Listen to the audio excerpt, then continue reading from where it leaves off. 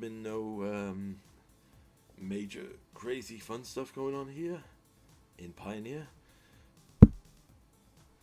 Well, to be completely honest with you, it's to do with Lotus Field. Lotus Field is now on Arena fully, and we are in the awkward storm stage. It's kind of like when you run into a new player in Modern back in the day who had just picked up Storm and didn't know how to play it, and they would take maybe 15 minutes doing their lines to get to the most efficient win, or what they could consider to be the most efficient win. Yeah, there's a lot of negative things associated with that. But that's kind of the situation we're in now, like with Explorer slash Pioneer on Arena. And I just wanted to address it. A lot of people have been saying, oh, I was going to come back to Pioneer, but I've run into this Lotus deck a few times and it's not fun. Or I've run into the Bring to Light deck and it's not fun.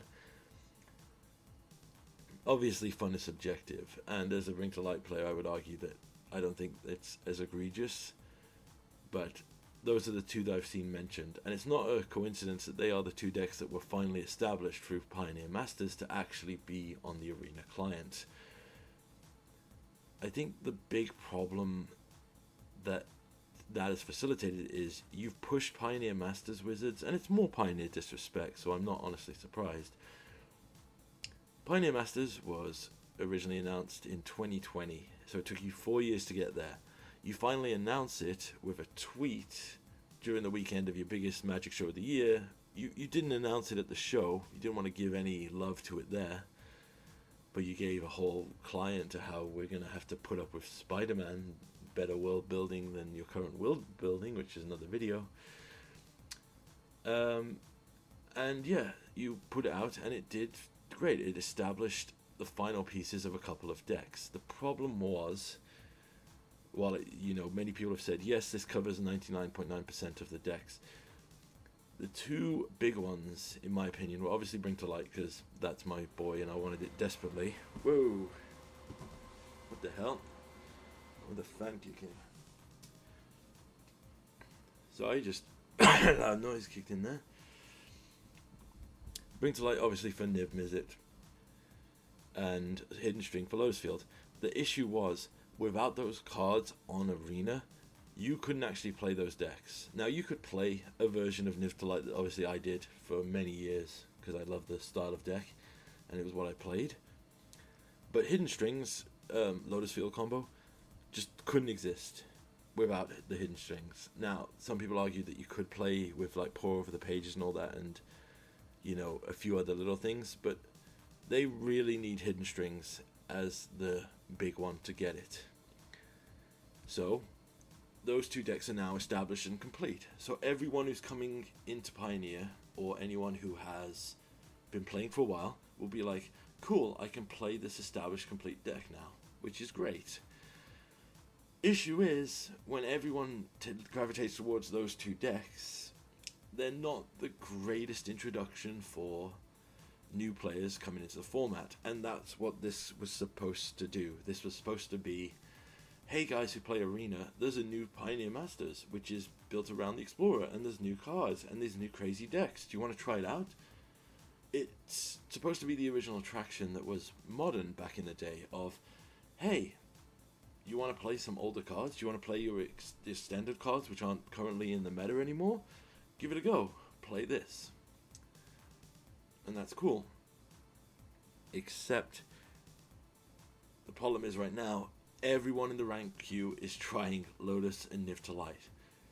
And they are, I have stronger opinions about one than the other, obviously. They are bad decks to introduce new players to. Niv to Light isn't that bad, but if you are a creature based or like slightly janky aggro shell, you're going to have trouble against a mid-range, very powerful Tutor the Answer deck. So that's what a lot of people have run into. But the bigger problem is people are running into Hidden Strings. To quote this in a simple real-world example with me, I have been singing the praises of Pioneer every Friday at my local LGS, trying to get people to play in, and a couple of people were up for it. They were like, "Yeah, I used to play Arena back in the day. I could string together some budget thing and play it for fun." Ran into a couple of them last night. Well, this Friday, 2 days ago now, because it's the morning Sunday, and I was heartbroken when they said, "No, I'm not gonna play it anymore." And the other guy was like, "I'm not gonna play it anymore either." There was obviously, I was like, "What, the economy, the thing?" And they were like, "Yeah, a bit, but not really." The biggest problem they had was they just ran into hidden strings too many times, and it reminds me of, well, when I tried to introduce a friend to Modern back in the day, and Storm was the most powerful in the meta. And yeah, it's sad. And here's the problem: hidden strings isn't too powerful. It isn't like the meta crush can't do it. We need, like, obviously an aggro adjustment to take it out.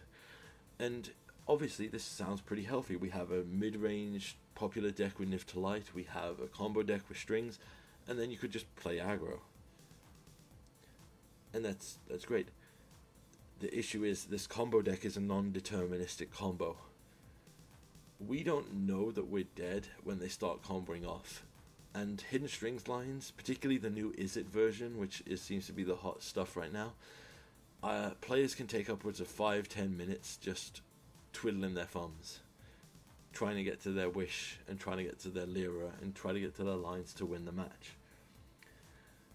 And I will 100% admit I have legitimately won a match because the opponent literally was comboing off, had all the mana in the world, was still drawing cards, just didn't find that one card they needed, and Arena's timer literally kicked them out of their turn, being like, "Bro, you've played too long, let the other guy have a turn." Which isn't, great for obviously higher powered competitive. And, and I think we'll probably have a few people running into that because strings is a very complicated deck.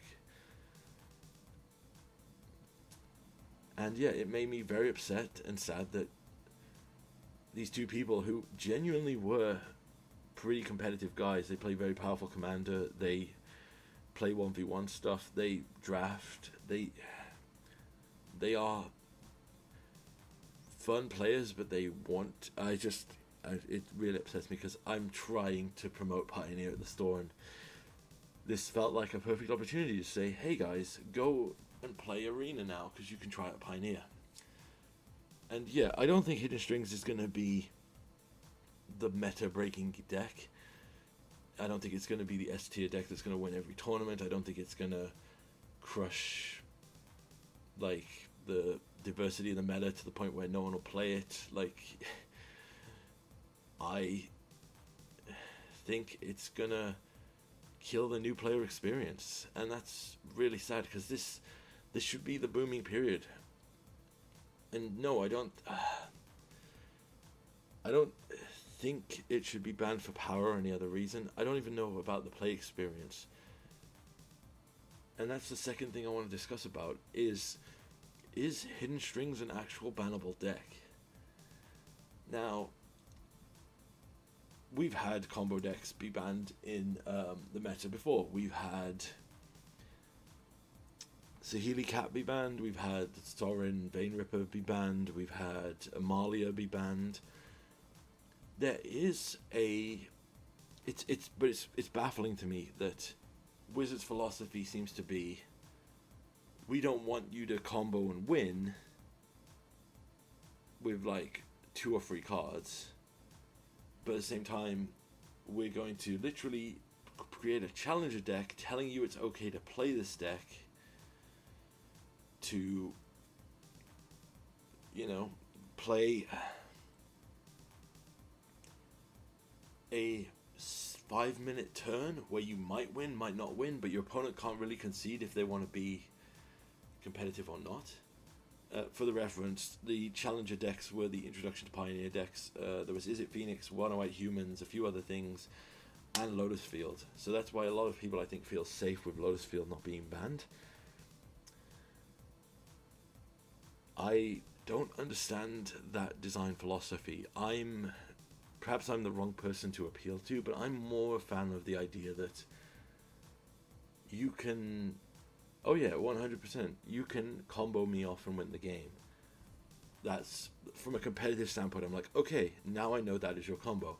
Now I will play around your combo and I will attempt to counter it. And that's one of the reasons why I don't think that Saheeli was unjustly banned. I was like, okay, so what you're telling me is there's enchantment hate that makes things enter tapped. There's shocking Saheeli when they target it. There's the counterspell angle. There's extracting the, there's taking out the Felidar Guardian when they target it there. There's lines that totally could have crushed that. But, I won't go into that. The problem I have with Lotus Field is it's a land-based combo. And we don't have efficient land hate. And the fact that it's going to sound very bad to say it, the fact that it's blue-based combo means that a lot of stuff you want to sideboard in to potentially stop it. For example, your Deafening Silence is one of my favorites, one of my big ones that I think is a good inclusion for the Mono White Humans deck, definitely if you're playing against this. I just think that, particularly now that they mainboard into the Floodmoor to just bounce anything that could kill them to give them that extra turn to go off, I think that we potentially maybe need better sideboard options against this. The problem is, though, a lot of the sideboard options would have to involve hating on lands, and I don't think that's a good thing either for the play experience.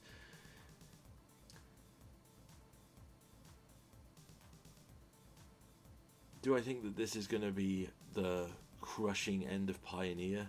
No, hell no. Lotus Field isn't even a huge part of the combo. It folds to a lot of aggro-based decks, and Izzet Phoenix can actually do a lot to take them out as well.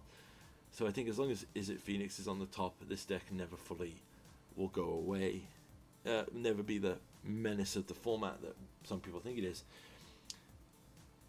I'm just, as I said before, Lotus Field might be killing the new player experience. And if it's happening to the guys I know in real life, and that's a small sample size, I really hope it's not happening worldwide. I know plenty of people that get turned off from other formats when they run into decks like this, like Storm, Dredge, things that prevent traditional play and you can't counter. But yeah, that's my 2 cents on Lotus Field. To summarize, it doesn't need a ban. It's not a huge problem. It's one of my worst matchups currently, and I'm still trying to figure it out. It's just, to anyone who is currently coming into the Pioneer meta and looking at this and thinking, oh good, someone agrees with me to ban Lotus Field. Oh, wait, he doesn't. Please be patient. This deck is currently the new hotness because of the pieces finally being on Arena, similar to Niftalite. People will play this deck and Niftalite and find that it folds to certain aggro strategies or certain hate cards and certain other things, or they'll find the lines too complicated, or they'll find a new favorite deck. It's not the best deck in the format. It's not the linchpin of Pioneer that you'll encounter every time. Please give Pioneer a chance. Please don't fold just because Lotus Field is currently the new hotness. It's just more Pioneer disrespect that Wizards have thrown out, and I please applaud you to please give this format a go.